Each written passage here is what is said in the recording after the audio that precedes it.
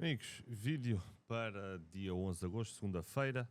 Já estamos quase a ter todos os campeonatos a arrancar. Já tivemos o Tugão já vai com, ora bem, 1, 2, 3 jogos, 4. Não, mentira, 4, 5, não, 1, 4, 5, 6 jogos. Ou mais, não, já me perdi. Quantos jogos é que já teve o campeonato, a Liga Portuguesa? Já estou perdido. A Liga Portuguesa já teve, ora bem, 1, 2, 3, 4, 5, 6 equipas a jogar. Exatamente, 6 jogos. Portanto, já houve 6 partidas entre equipas portuguesas. Bem, vamos ao que interessa. Do dia de hoje, tivemos a pré do jogo do Braga, a pré da Supertaça Inglesa, a pré dos golos no Tugão. Falamos na questão do mais do meio do Famalicão e até de um empate ou vitória do Famalicão, um bocadinho pelo contexto do que o Famalicão mostrou e do que tem sido o Famalicão na época passada em Braga. Em Braga em casa, desculpa, não é em Braga em casa. Portanto, nesse aspecto, as coisas correram bem. Ainda fizemos uma entrada em live no jogo do Braga, que o Tondela que estava a ameaçar o golo. Quando nós depois fazemos a entrada, o Tondela tem um falhanço clamoroso em frente à baliza do Braga, e depois o Braga, passado uns 5 minutos num canto de marca, e deu-nos a entrada em pré, deu-nos a entrada, os gols marcados das partes. Portanto, foi o win-win situation. Bem, avançando para o dia de amanhã, para não demorarmos muito, vamos aqui abordar muito rapidamente 2 joguinhos, ter assim um bocadinho com mais zoom, para vocês conseguirem ver um bocadinho melhor. Vamos falar do Gais, que vai jogar contra o Gutenberg. Gais a 2.0, empate 3.50, Gutenberg 3.59, mais de meio 1.25, mais 0.5 HT 1.36, gols marcados das partes 1.78. Nos últimos 4, os últimos 5 jogos entre as duas equipas, houve 1,5 pintou, 60% das vezes pintou, ambas marcam. Houve um golo nas primeiras partes, 80% dos jogos entre estas equipas, ok? Entre estas equipas.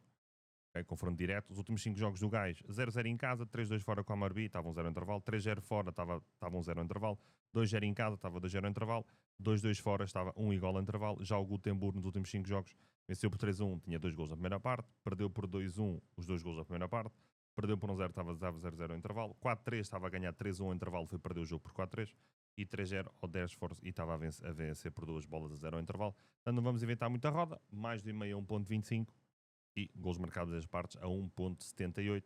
75% das vezes o Gais marca, 60% das vezes o Gotemburgo marca. Fomos a ver, o ambas marcam, pintou em metade dos jogos dos Gotemburgo e do Gais. Há um golo marcado para cada uma delas. Há ambas marcam nos seus jogos. A cada 2, um deles tem ambas marcam. Fomos a ver nas primeiras partes, no que toca a golos de média de golos marcados, quase em 1 no Gotemburgo, quase também perto do 1 do Gais. Mais tendência para marcar, ou seja, o over. Mais tendência para sofrer o Gutenberg, curiosamente, tem uma média de gol sofrido nas primeiras partes, dado curioso nesse aspecto. Já marcados e sofridos já está mais equilibrado nas segundas partes, portanto, vamos jogar um bocadinho com isso. Avançando, Elfsborg, que vai jogar contra a equipa do Varnamo, uma equipa que finalmente teve uma vitória. Elfsborg está a 1.44, empate 4.75, Varnamo 6.50. Aqui também não vamos inventar muito o que é a roda, vamos sempre mencionar apenas e só uma oddzinha, gols marcados das partes a 1.53, ok? Vamos para onde interessa. Estoril contra a Estrela da Amadora. Tugão, uma das ligas que vamos focar de forma mais séria. Temos um Estoril a 1.85, empate 3.50, Estrela da Amadora 4.09. Para mim, uma das melhores odds para o dia de amanhã. Mais do e-mail a 1.33. Pegando no que foi o Estoril o ano passado e aquele terminar de época do Estoril, a jogar em casa. Ok, perde aqui com Porto, Braga e Benfica, equipas que na teoria são bem mais fortes que o Estoril. Empata com o Farense, vence Rio Ave, vence Boa Vista, vence Vitória, empata com o Moreirense, perde 2-0 com o Casa Pia, fez um bom campeonato. O Estoril vem crescendo do que foi a época passada com o Ian Castro, o treinador. Foi uma coisa que começou mal no Estoril e que havia alguma, até já, conversas de como ia ser mandado embora. O Estrela, por seu lado, teve o diretor desportivo, já era treinador sub-23, a pegar na equipa, conseguiu a manutenção que era o objetivo, mas é um Estrela muito limitado do que foi o ano passado. Claro, estamos aqui a basear-nos no que é o ano passado, muito limitado, uma equipa muito de jogo direto, de tentar defender o máximo possível do resultado e tentar levar vantagem disso, depois explorar transições, porque tinha alguns jogadores rápidos no campo da transição ofensiva. Também tentava abusar muitas bolas paradas ofensivas pelo porte físico de alguns jogadores que tinha. Aqui não vamos inventar muito o que é a roda, mais de meio 1.33. Curiosamente, os últimos 75% de jogos entre as equipas, ou seja, 3 em 4 jogos houve over 1,5 entre elas. Ok? dado muito, muito interessante. 75% das vezes também pitou over 2,5, mas como isto é o arranque do campeonato, vão apenas remeter ao mais do 1,5 a 1.33 e golos marcados em ambas as partes a 1.90. Acredito plenamente que esta hora da manhã baixo, portanto pode ter um modo de aproveitar ainda no dia de hoje.